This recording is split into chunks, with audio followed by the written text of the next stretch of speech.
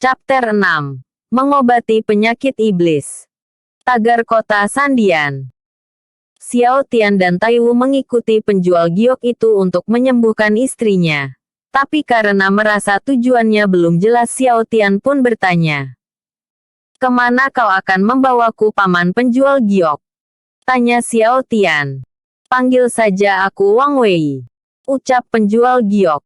"Baiklah paman Wang Wei, kemana kita akan pergi?" tanya Xiao Tian. "Ke kediaman Jenderal Huang Cheng," jawab Wang Wei. "Bukankah itu cukup jauh dari sini? Kupikir saat kau bilang tentang bangsawan di sini, maksudnya bangsawan kota Sandian," ucap Xiao Tian.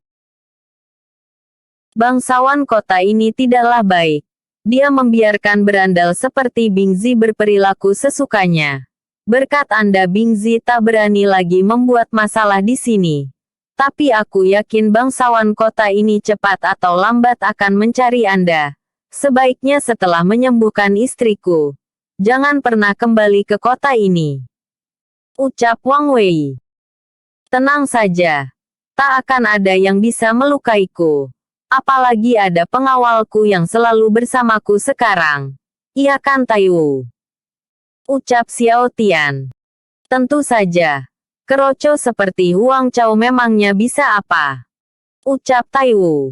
"Wah, sepertinya kau mengenalnya ya," ucap Xiao Tian. "Anda juga akan mengenal mereka saat bertemu di pertunangan Anda besok," ucap Taiwu. "Tunggu, apa maksudmu berkata pertunanganku besok?" ucap Xiao Tian. "Alasan Putri Jiali tinggal di istana adalah karena besok akan ada acara pertunangan. Maaf, kupikir Anda sudah tahu dari Yang Mulia. Saat Yang Mulia menceritakannya padamu nanti, tolong berpura-puralah tidak tahu," ucap Taiwu. "Hei, jadi kau benar-benar Pangeran Xiao Tian?" tanya Wang Wei. "Begitulah. Aku kan sudah bilang dari tadi siang," jawab Xiao Tian. "Ahaha. Sepertinya kerajaan ini tidak akan hancur," ucap Wang Wei. "Apa maksud paman?" ucap Xiao Tian. "Semua orang berpikir kau tidak berguna. Tak tertarik politik. Tak tertarik bela diri. Selalu membuat masalah. Suka menggoda wanita. Mesum. Dan dia sering mengaku sebagai dewa obat. Ingin jadi alkemis dan tertarik dengan obat-obatan tapi tak mau berlatih bela diri. Sedangkan untuk jadi alkemis kan perlu kekuatan ki yang besar. Makanya banyak yang menyebutmu pemalas dan tak berguna," ucap Wang Wei. "Aku hanya diam di istana dan pergi keluar sebulan sekali ke hutan obat. Ternyata rumor tentangku seburuk itu ya. Setelah melihatku secara langsung, apa pendapat paman tentangku?" ucap Xiao Tian. "Entahlah, mungkin masih terlihat tak berguna," ucap Wang Wei. "Apa maksud paman berkata seperti itu? Kalau paman tak percaya padaku, kenapa paman membawaku ke istrimu?" tanya Xiao Tian. "Ya, walau kau bohong atau tidak, semua akan terlihat ketika kau menemui istriku. Jika kau bisa menyembuhkannya, mungkin aku akan merubah penilaianku," ucap Wang Wei. "Apa yang membuat paman ragu kepadaku?" ucap Xiao Tian. "Apa kau tahu? Penyakit iblis ini baru pertama kali muncul, setiap orang yang mencoba menyembuhkannya malah tertular. Istriku adalah pelayan di kediaman Jenderal Huang Cheng. Dia tertular penyakit ini karena merawat putri dari Jenderal Huang Cheng." "Apa saja keluhan dari penyakit ini?" ucap Xiao Tian. "Perut terasa sakit dan sering buang air besar. Dan tubuh perlahan mengering meski minum banyak air masih tidak bisa membantu," ucap Wang Wei. "Lalu apakah yang terkena penyakit merasakan demam?" ucap Xiao Tian. "Tidak. Suhu tubuh mereka normal. Itulah yang membuat kami bingung. Semua obat telah kami berikan tetapi tak ada yang bisa menyembuhkannya. Bukannya sembuh, malah yang mengobatinya ikut tertular. Sekarang Putri Jenderal dan semua yang tertular dikurung di tempat yang terisolasi. Ucap Wang Wei. Mendengar ceritamu saja, sepertinya aku tahu cara menyembuhkannya. Sebelum itu kita mampir untuk membeli beberapa bahan herbal dulu. Ucap Xiao Tian. Xiao Tian membeli beberapa obat dan menyimpannya di cincin ruang. Lalu melanjutkan perjalanan dengan kereta kuda menuju kediaman Jenderal Huang Cheng. Tagar kediaman Jenderal Huang Cheng. Tuan, ada orang yang meminta izin untuk memasuki ruang isolasi. Ucap prajurit. Siapa yang punya keberanian untuk melanggar perintahku? Aku bahkan menahan rinduku pada putriku agar tak tertular. Apakah si tua Wang Wei lagi? Ucap Jenderal Huang Chen. Ya Tuan. Tapi kali ini dia tak sendiri. Dia bersama dua orang yang mengaku sebagai orang dari kerajaan. Dan katanya bisa menyembuhkan penyakit iblis. Ucap prajurit. Karena tak dibolehkan bertemu dengan istrinya. Dia membawa seorang penipu bersamanya ya. Bawa dua orang itu kemari. Ucap Jenderal Huang Cheng. Xiao Tian memasuki kediaman Jenderal Huang Cheng bersama Tai Wu. Salam Jenderal Huang Cheng. Ucap Tai Wu. Jenderal Tai Wu. Apa yang Anda lakukan di sini? Dan siapa pria muda di sampingmu itu? Ucap Jenderal Huang Cheng. Nama saya adalah Xiao Tian. Saya kemari untuk mengobati para penderita penyakit iblis. Ucap Xiao Tian. Oh, jadi kau Pangeran Xiao Tian. Maaf karena tak mengenalimu. Karena aku memang tak pernah memperhatikanmu. Bukan sebuah rahasia lagi bagi semua orang kalau Pangeran adalah orang yang tak berguna. Makanya aku tak pernah berkunjung ke istana. Tapi selain tak berguna, kau ternyata sekarang belajar menjadi seorang penipu ya. Ucap Jenderal Huang Cheng. Jenderal Huang Cheng, jaga ucapanmu. Bentak Tai Wu. Tai Wu. Jangan terlalu impulsif. Bentak Xiao Tian. Maaf Pangeran. Sambung Tai Wu. Jenderal Huang Cheng. Tadinya saya kemari untuk mengobati semua orang. Tetapi setelah mendengar ucapanmu aku berubah pikiran. Aku hanya akan mengobati istri Paman Wang Wei. Tidak berniat lagi mengobati semua orang. Ucap Xiao Tian sambil menatap Jenderal Huang Cheng. Kalau kau bersikeras ambil kunci ini. Itu adalah kunci kamar tempat istri patua itu dirawat. Aku peringatkan penyakit ini sangat menular dan berbahaya. Jika kau sayang nyawamu lebih baik menyerah saja. Ucap Jenderal Huang Cheng. Kalau begitu aku pamit undur diri. Ucap Xiao Tian.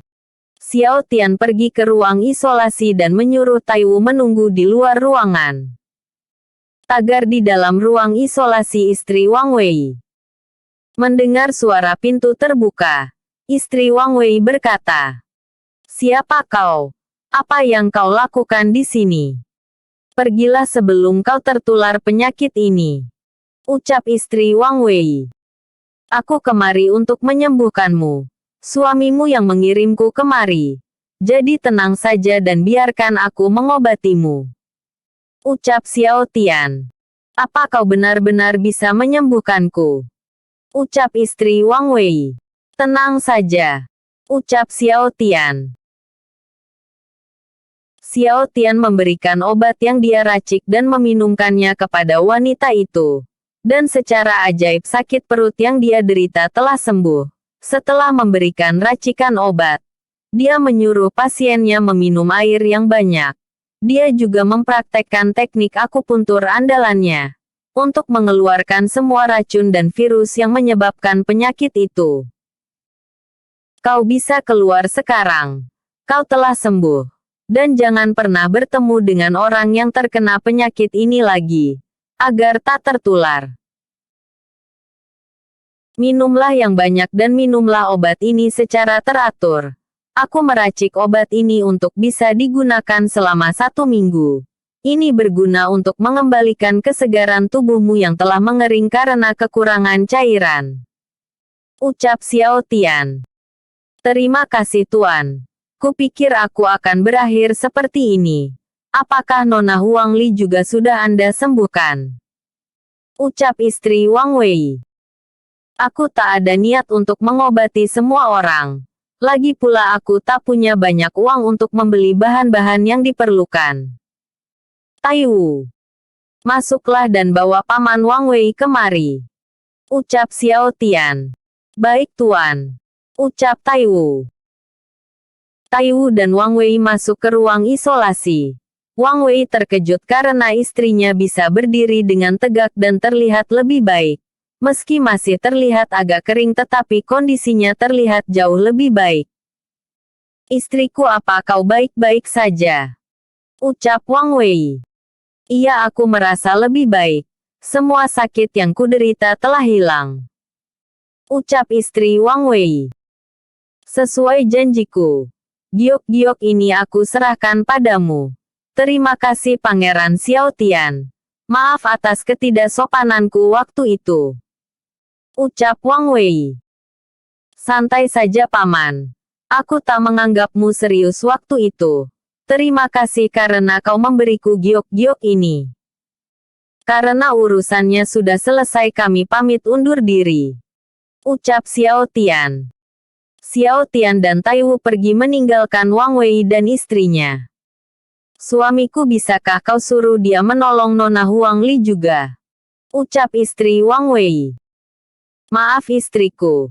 Sepertinya jenderal telah menyinggungnya. Aku tak berani memaksanya. Ucap Wang Wei. Wang Wei menceritakan semua yang dia dengar ketika Xiao Tian dipanggil menemui jenderal. Tapi istrinya tak menyerah dan malah pergi menemui jenderal. Jenderal, hamba ingin melapor tentang kedua orang tadi. Ucap prajurit. Katakan padaku. Apa mereka gagal? Ucap Jenderal Huang Cheng. Tidak Tuan. Mereka berhasil. Dan sekarang istri Wang Wei sedang berlari ke sini untuk berbicara dengan Anda. Ucap prajurit. Apa kau yakin dia sembuh? Bawa dia kemari. Ucap Jenderal Huang Cheng. Ampun Jenderal. Hamba bukan bermaksud lancang. Hamba hanya ingin menunjukkan bahwa orang itu benar-benar bisa menyembuhkanku. Ucap istri Wang Wei. Prajurit, bawa kedua orang tadi kemari. Ucap Jenderal Huang Cheng. Maaf Tuan. Kami berusaha menahannya karena melihatnya berhasil menyembuhkan istri Wang Wei. Dan berusaha memintanya untuk mengobati pasien yang lain. Tetapi mereka menolak dan berkata cari saja orang lain. Ucap prajurit. Apa kami perlu mengejarnya dengan kuda? Kurasa mereka belum jauh. Ucap prajurit. Tak perlu. Aku tahu kemana mereka pergi. Besok aku akan menemuinya secara pribadi dan memintanya menyembuhkan semua orang. Ucap Jenderal Huang Cheng. Tagar di tempat lain. Kau yakin tak ingin menyembuhkan yang lainnya? Bukankah tugas seorang dokter adalah menyembuhkan pasien? Lagi pula imbalan dari menolong jenderal pasti tak kecil loh. Ucap Dewa Detir. Aku punya harga diri. Kalau jenderal mereka yang memintaku secara pribadi dan meminta maaf kepadaku, maka akan kupertimbangkan. Aku bukan orang lemah sepertimu, yang bahkan takut pada wanita yang berstatus sebagai istrimu. Ucap Xiao Tian. Siapa bilang kalau aku takut kepada istriku? Aku tak takut padanya. Ucap Dewa Petir. Jeder suara petir. Wah, lihat, sepertinya istrimu datang menjemputmu. Ucap Xiao Tian. Ampuni aku. Aku hanya bercanda. Ucap Dewa Petir. Aku juga hanya bercanda. Ahahaha, ucap Xiao Tian. Sialan, beraninya kau permainkan aku. Ucap Dewa Petir.